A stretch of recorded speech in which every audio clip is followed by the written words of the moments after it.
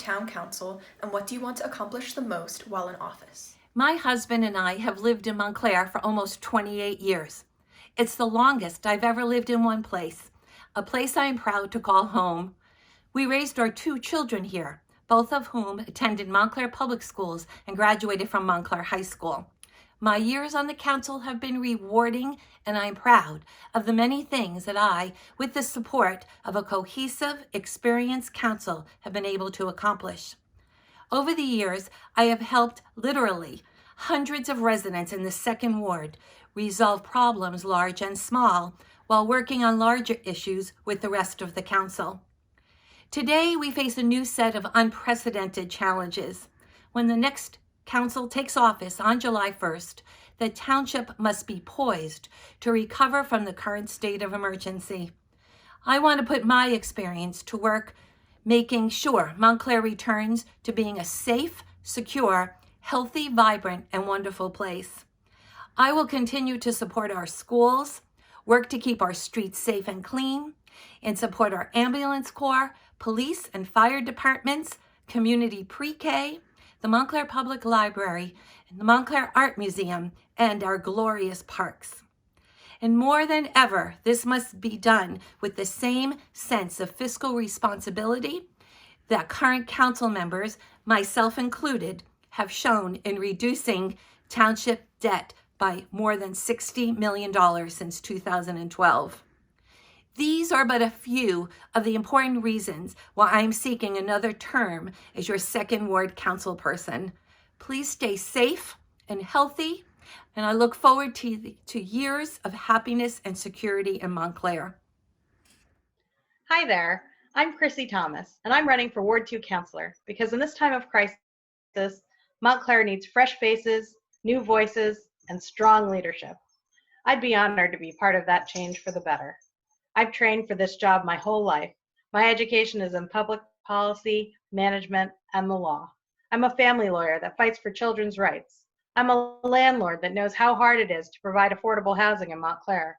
I know firsthand that Montclair is a great place to go to school, raise a family, run a business, and even age in place. I grew up in Montclair. Over the past 50 years, I've seen Montclair go through a lot of changes, some good and some not as good. But right now, we have a real opportunity to achieve excellent, equitable schools, thoughtful development, and socioeconomic diversity. We're running as a slate as diverse as Montclair itself, and each of the people running brings integrity, hard work, a strong education, and a lifetime of community service to the table. Montclair has given me so much, and it's time for me to give back. For all these reasons, I'm hoping you'll support me as Ward 2 Councilor. I'm the change Montclair needs. Montclair is a very politically active town, especially for teens. How will you work with youth activists to better our town? I'm so excited to be here and to see how active and involved the Montclair High School Democrats are, and how socially conscious even the younger kids are, with the popularity of groups like Roots and Shoots in the elementary schools. I watched in awe as students at the high school walked out to protest climate change and the lack of leadership our government was showing. I look forward to inviting youth advocates to come and actively participate in council meetings and to get involved in their educational system as informed consumers. Young people are so busy. With the coronavirus, we learned how valuable it can be to have meetings attended remotely, and that's something I would support for the long term, to increase participation in government. Young people should have a voice in their town. I think that making the world a better, more accessible place for our children and grandchildren is a Montclair value. We may not believe in all the same issues, and we may not always win, like the plastic bag ban, but we're all on the same team, and at the end of the day, we're all responsible for what we do to our planet. Having had 2 children that went through the Montclair Public Schools, I had a bird's eye view on the passion that students and teens have in our town. For almost 2 years now, I have worked with the Montclair High School Skate Club, and I'm thrilled to say that through my efforts with these dedicated teens and students, we will have a skate park in Montclair. It was just about to open before the virus struck. I was in touch just last week with the parents group that is helping with this effort. I can tell you that as soon as we are able to gather safely, we will have a grand opening. Additionally, as a fabric artist myself, My hope is that more students will continue to contribute to the town and express themselves by creating meaningful, thoughtful murals like the one on Chestnut Street. Our youth have also shown that they can move the needle on civic affairs, like when students at the Montclair Co-op School worked diligently to press the township for a 4-way stop sign at the corner of their school at Forest and Chestnut Streets. It was an incredible lesson for these preteens in the workings of local government. With incredibly high rent forcing many Montclair stores to close, how do you plan on supporting small businesses? What can be better than having Montclair residents open businesses in our town in their backyards, investing here? Businesses like Java Love, the Montclair Bread Company, the Little Daisy Bakery, and Watchung Booksellers, and many others are owned by Montclair residents. My family loves stuffed burgers, which was launched by a Montclair High School graduate. I would like to see more locally owned small businesses. A few years ago, West Orange worked with landlords to put in place a 3-month free incentive to help businesses get up and running. Now, more than ever, I would like to see that happen here. I will work alongside Sean Spiller, who plans to put together a task force to help our town recover from the current coronavirus emergency. This business rent incentive should be on the list of tools in that effort.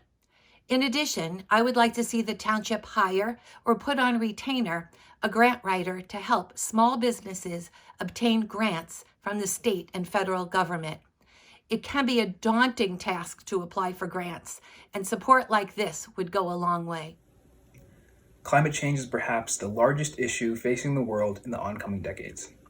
Although there have been small improvements in moving Montclair to renewable energy sources, nothing has been done on a large scale. What would you do to help alleviate the climate crisis in Montclair? Climate change is definitely one of the largest issues facing the world in oncoming decades. I think globally, but act locally on a personal basis. And I'd like to institute some specific, achievable changes that demonstrate Montclair's commitment to environmental stewardship to save our resources as well as nature's.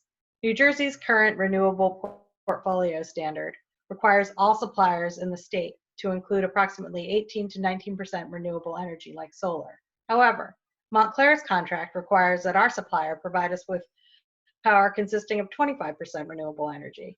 That means that 25% of the electricity the township now buys must come from clean, renewable energy sources. Going from 18 to 25% about a decade ago was a step in the right direction, but we haven't done much in the past 4 years.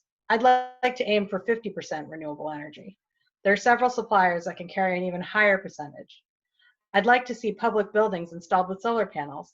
That actually pays for itself within 5 to 7 years. I don't have all the answers, and I would love to hear from you about ideas you may have, but there are so many actions we can take to alleviate the climate crisis. These are all achievable goals I would like to make happen in Montclair.